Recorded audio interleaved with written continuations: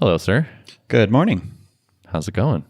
It's going well. Yeah. This week has blown by super fast. Oh, How yeah? about your experience? Yeah. I wouldn't say it's blown by, but you're sort of in a different phase of life than we are right now. Yep. Coming off the high of a launch with lots of aggressive goals set for myself for the week, and smacked right into reality on those a little bit. I can get Ooh, into that. I see. What happened there?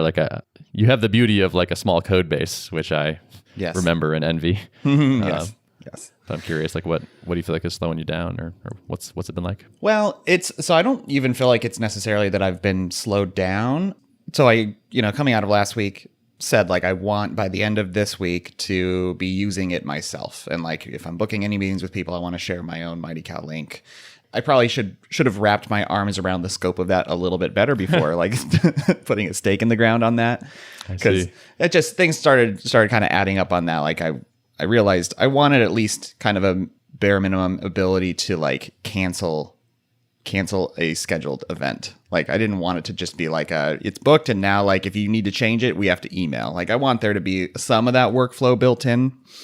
And also trying to find, this is always the tricky part, is trying to find the line of how MVP to make this thing. When I put it out initially, that's kind of a question swirling on my head. It's I know they say you should be embarrassed by the first version you put out, but how embarrassed and in what ways? Because if this thing looks too half-assed or incomplete or something, then I feel like that could be enough for people to be nah, I'm not going to pay attention to this thing for a while. So, I guess if it's just you using it, it's one thing. But if you want to get some alpha users in there, they have to send it to people that matter to them. Yes. Yeah, exactly. So there's probably a different quality bar there. I think. Right. Obviously, it'll be a big milestone when I'm able to use it myself. And I just know that once I'm doing that, then it's there's even less reasons technically for me not to let other people start using. I'm gonna fill the poll even harder to hey, I see your link. I want one of those too, and I want to be able to deliver on that pretty quickly and not do the old "it's coming soon" for just a really long time. Totally. That's the worst. And also I have been relishing this week in. I'm still in this phase because I literally don't have a production database locked down at this moment.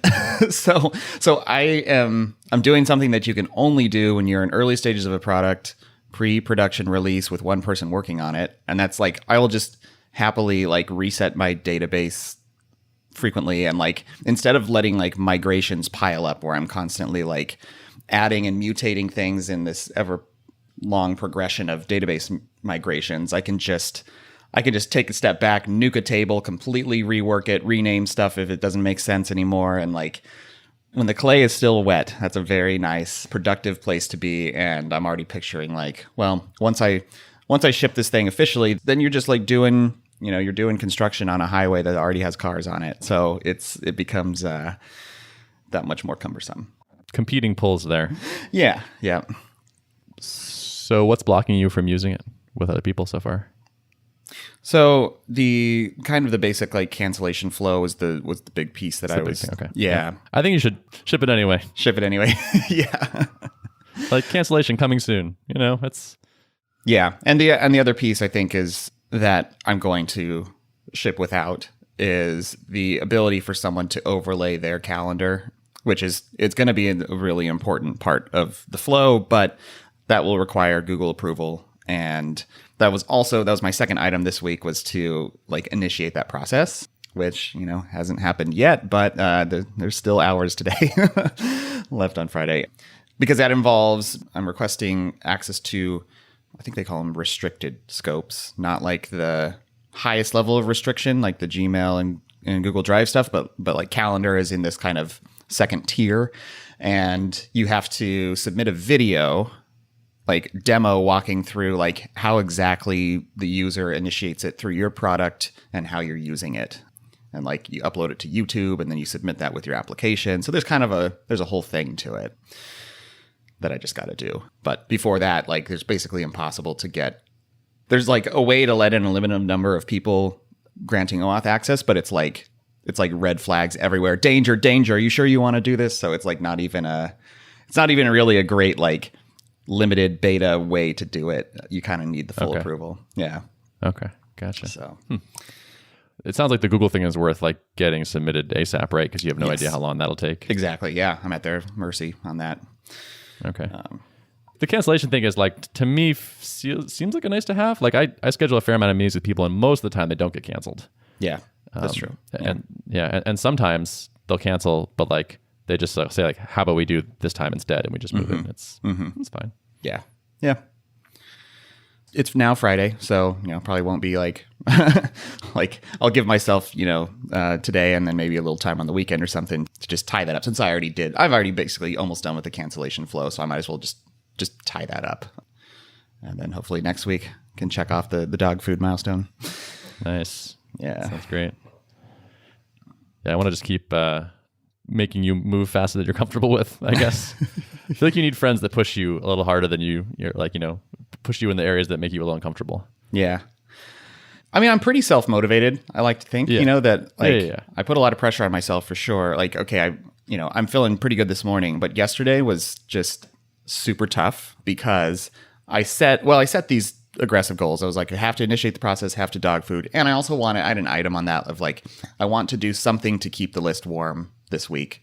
Because I mean, it just so commonly happens that you gather these email addresses and then you just let them sit dormant for too long. So at least think through like, what's my kind of update cadence going to be with this list, and try to stick to something.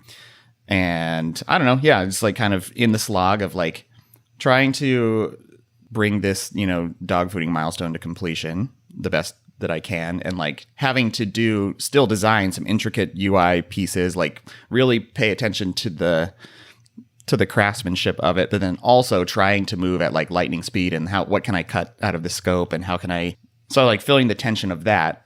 And it became just super frustrating when I realized like I'm probably not going to reach these goals. So I don't know. It's like I'm kind of torn between like I want to set good stretch goals every week, but I also don't want to hit this like pit of despair every time if I realize that like, oh, it's actually not going to be feasible. I need to program that into my goal setting like mindset, I guess, to allow myself to change course, I guess, if need be, without feeling too bad about it. Totally. That is a challenge. That's tricky. Like I said, set ambitious goals are good, but missing them feels pretty bad.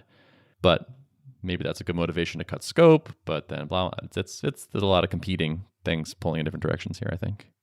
And you're like soloing it, right? So it's like, think about marketing and product and dev. It's a lot going on there. No, and especially like with the launch, just a lot of like excitement, it spurred a lot of inspiration in my own head. So like there's all kinds of things I want to be working on simultaneously. Like I have ideas about like I want to kind of talk more about this concept of how I'm going to solve the power dynamic issues with sharing a booking link. And it's like I'm picturing in my head some visuals I can use to accompany that and really drive the point home on how I'm thinking about doing this differently. And I'm picturing like this nice marketing page around this concept coming together. But then I'm like, well, that's going to take, a day and a half to build that. And I don't have that time right now. So yeah, the more excited I get about like different things I can be pushing forward, the more the lack of parallelism really kind of smacks me in the face. And I'm like, well, I can only focus on one thing at a time. Totally. Although for what it's worth, we have more parallelism now than we ever have. And I still just am like, there's so many things. How do we order them and like get the right things done? And then even if we're working on 3 things at once, it's still like, wow, but there's like 20 really good things that we want to do. I hear this from people that have companies of all sizes. And like I heard, I think it was John Collison on an interview. Like, there's just so much more we want to do. We feel like we're just getting started. And it's like he feels like Stripe is just getting started. It's like you've got 1,000 developers, and all developers, and Stripe ships like crazy. Like they're very productive at shipping things quickly. And so it's like, wow. I just think there's no end to this probably. No, it's good analogies. Like I recently got a new bike so I could go faster, a road bike. But when you upgrade your bike, the biking doesn't get easier. You just move faster. So, yeah. Okay, cool. Well, I mean, yeah. Good luck dealing with the turmoil. Thanks. Yeah. Let me know if I can help. Yeah. I mean, it's Just feeling it's crazy. self-inflicted a little bit. It's like this is the way I've chosen to build this company, and I'm chosen to be solo for now. And so I just also keep that in mind that like there are benefits to be yielded from building the company the way I want to do it, even though there's these trade-offs too that like I just have to accept the trade-offs and keep reminding myself that these are not failings. This is just the way that I've chosen to structure things right now, and just keep playing the mental game. Yeah, that's the game for sure. Yeah. So I want to talk about remote work. Yeah. We recently got an office and we moved into it on Monday, and it's pretty unfurnished still. It's like just like we have like desks and computers in it, but it's basically empty. We sort of had this conversation about, okay, well, there's some concerns with the office. Maybe actually there's a couple of traits of it that are not ideal for us. And it kind of kicked off this larger like, well, should we have an office? Okay. And I'm in the like, I definitely want a place to go. I definitely want I'm pro office, but it kind of kicked off this like whole, okay, it turns out that we're basically on the path for building a remote first kind of company. We found Mikey and he's in Paris and he's awesome. And it would have been a huge loss to not be able to hire him because he's remote. Working with you a handful of hours a week is a huge win for us. And it would be a big loss for us to not be able to do that.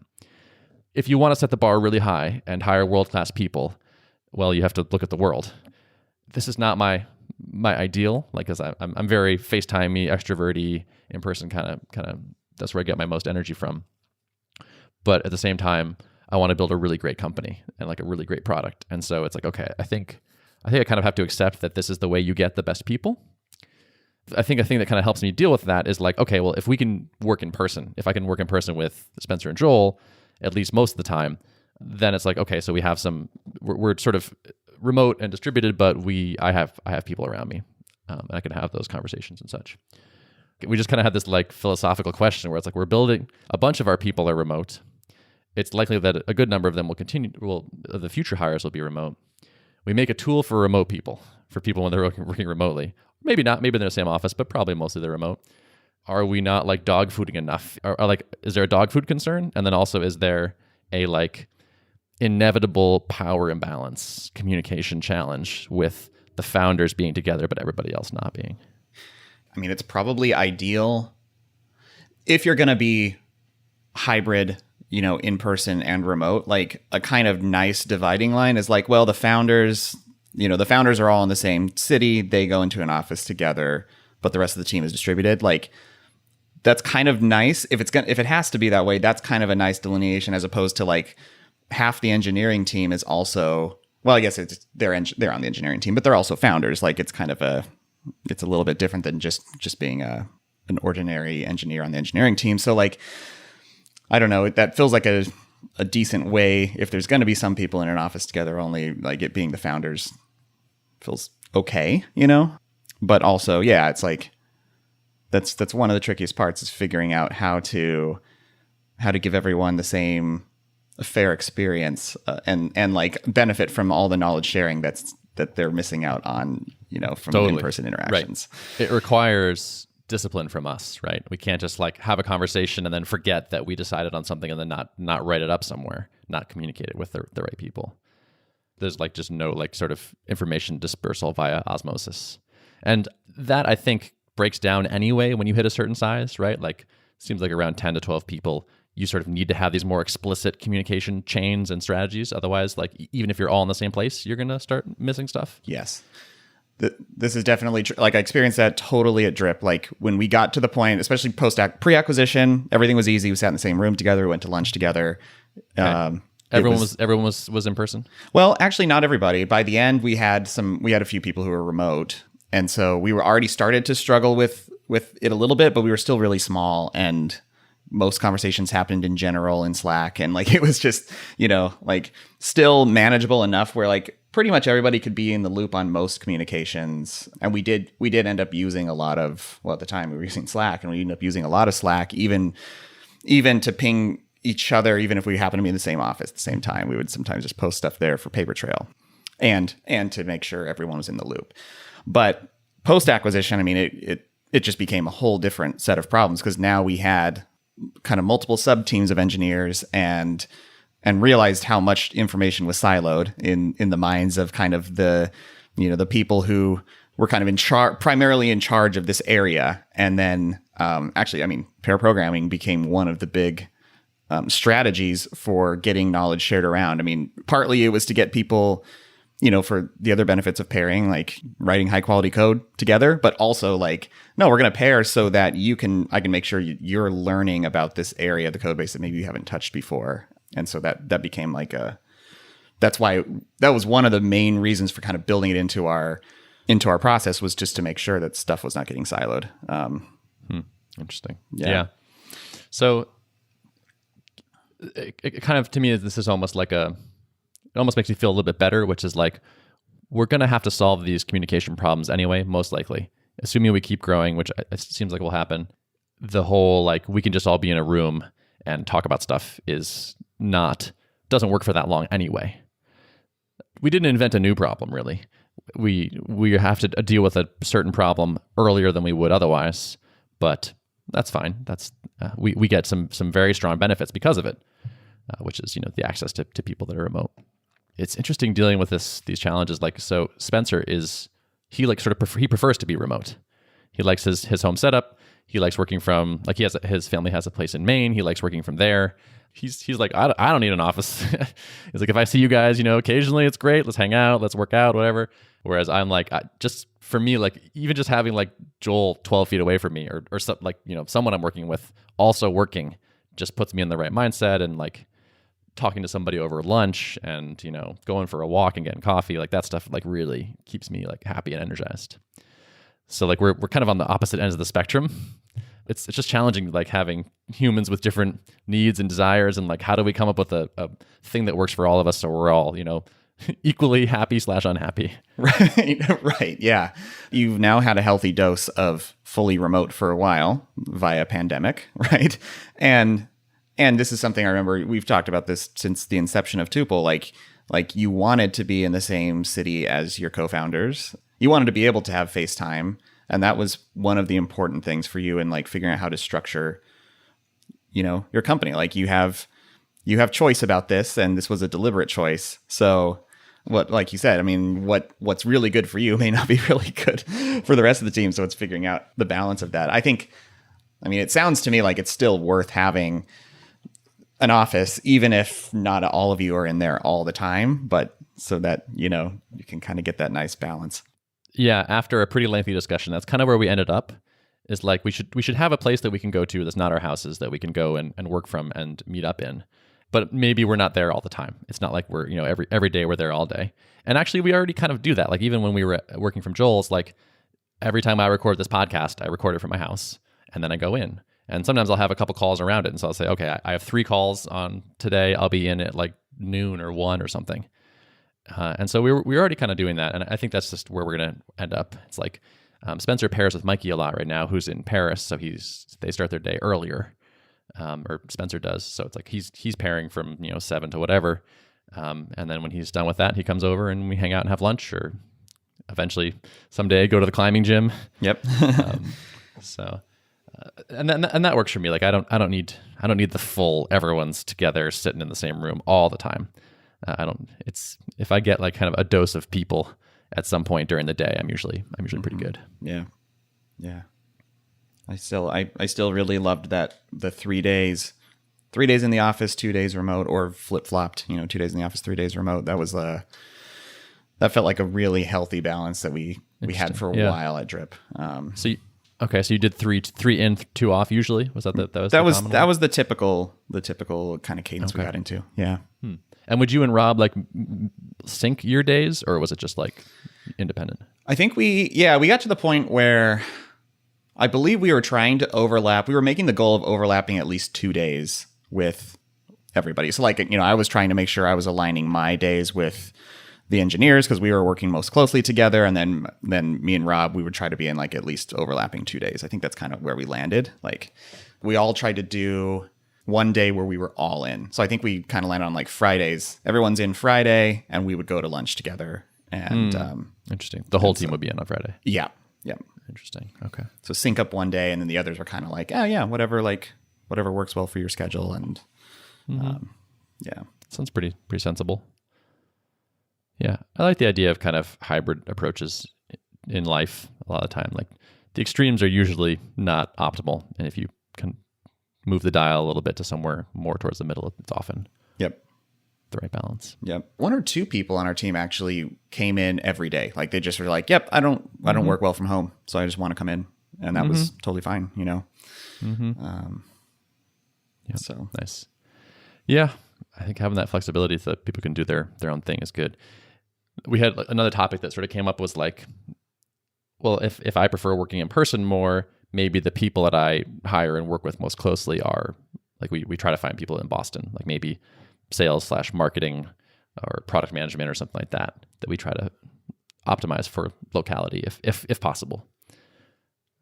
So we'll see. Maybe that might be a reasonable approach, but it has that same sort of thing where it's like maybe there's this imbalance where it's like this team is communicating in person mostly locally, and then the rest of the company doesn't have a record of it. And but I think a pretty good answer to that is eventually there's always a communication problem, and so we're going to have to solve it regardless. And so maybe we quote unquote cheat for a little bit with in-person stuff, but over the long term, we're going to have written records of decisions basically, or some sort of structure, some sort of plan by which information is distributed to the company. Yep. And like, the fact that you already have now fully remote team members will be a good forcing function, hopefully, to like force you to set up those kind of systems earlier on instead of like getting too comfortable. 3 years in, we're not set up at all for like keeping remote people in the loop, and now, having to figure that out later. Totally. Exactly. So. And I think there's something to be gained from like the rigor that is required to like write a thing up and have a record of it and to get your thoughts together. Because when it was even just the three of us, we would sometimes have these long discussions and like wouldn't always come up with the conclusion, or we would come up with a conclusion, but then like just sort of forget about it or like not documented it, or we would have miscommunicated and not realized it.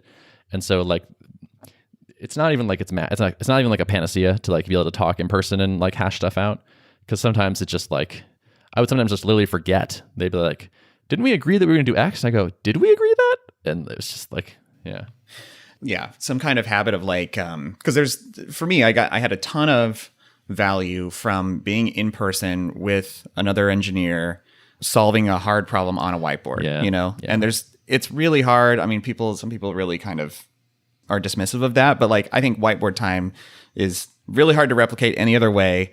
And like when I would go back to California after post acquisition, I would go back to California and usually go into the office at least one day, and I would like try to pick some really meaty problem that I knew was coming up in the pipeline and go stand in front of a whiteboard. Like that was my primary task of the day, was just go do whiteboard time with Ian, because but then I think, so that's where you can get really deep into something, you can hash it out. And that's probably the kind of thing where maybe virtually the virtual equivalent would just be like, you're just chatting or something in a chat feed. And it's not this formal thing where it's slower and more thought out. It's like the quick back and forth, hashing stuff out, figuring it out. But then I think it's important once that's done to like step back and kind of document, summarize, and make sure that it's like, all right, what's the deliverable from this session we just had? And, how can we make sure we don't forget the most important parts of it and make sure other people can have a window into it. But that's also, regardless of whether you're remote or in person, you can't have the whole company in front of the whiteboard at the same time generally. So it's like usually there's insights that you have to extract out of that and summarize anyways. So getting in the habit of like writing that up and putting it in the right places. Yeah. My hope is that travel becomes easier in the future. Yeah, that's the other thing I was thinking, like doing retreats together as all company and stuff. Yeah. I mean, even if it's quarterly, like 6 weeks, 12 weeks, whatever it is, but like getting that time together to like just work on that sort of non-work bonding kind of thing, like get to know each other as people and feel connected, but then maybe also get in those long whiteboard sessions that are harder to do remotely. I think we could probably find a cadence where we are attacking the meaty problems when in person fast enough. We're spending enough time together that we feel bonded as humans. I think there's probably a way to do this. Yep. Takes a lot of work and it's deliberate action, but that's everything, right? So yeah. Yeah, exactly. This is the work, I think. Yeah. Company building. This is a thing we're solving. I think that the benefits are substantial. Like if we didn't do remote stuff, Art of Product would not exist. Right. So there's just a lot of things in my life, like people I want to work with that I think are great, like you. That it's like, well, this is just one of the constraints, and so I wish I could make everyone move to like my apartment complex and we lived like dorms in college, but it's not really an option. Yep. That was my ideal social situation. It's like we all literally lived on the same floor. We had our own rooms, but like everyone is on the same floor. Yeah. Someday, I'm gonna make the tuple dorm. The tuple compound. If you want, yeah, we talked about that actually. Like we need a compound. We'll all build our own houses. We'll have a common work area.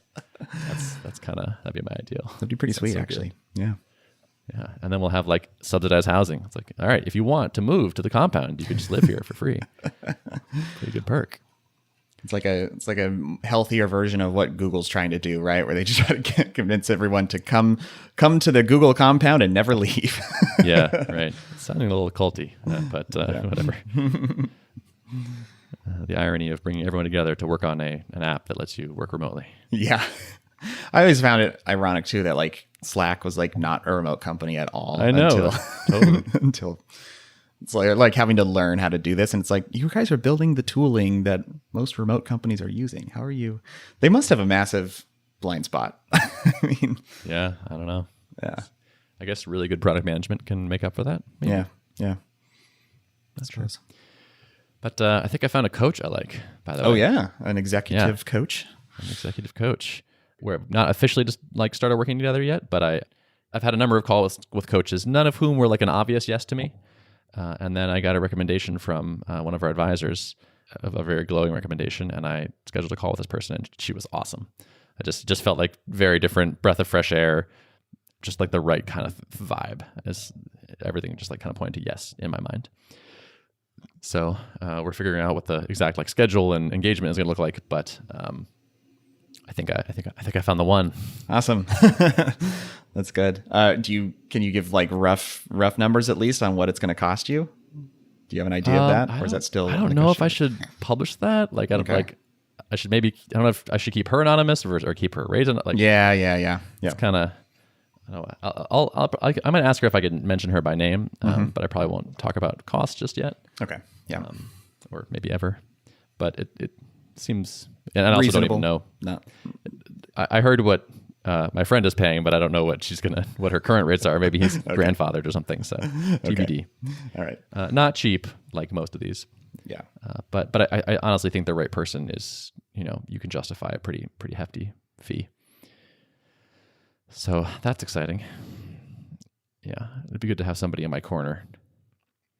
It's almost like, who do I report to kind of thing. Matt Machari, the great CEO within Author, says like when he trains CEOs, he says, during this engagement, you report to me. Like I will run our one-on-ones and I will manage you like a direct report. It's like, that seems good.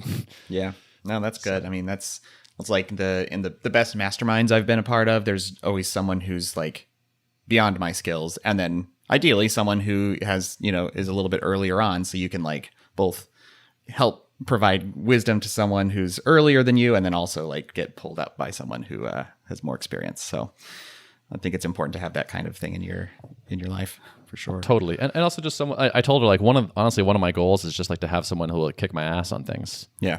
Like I want an accountability partner that I'm paying to make sure it actually happens.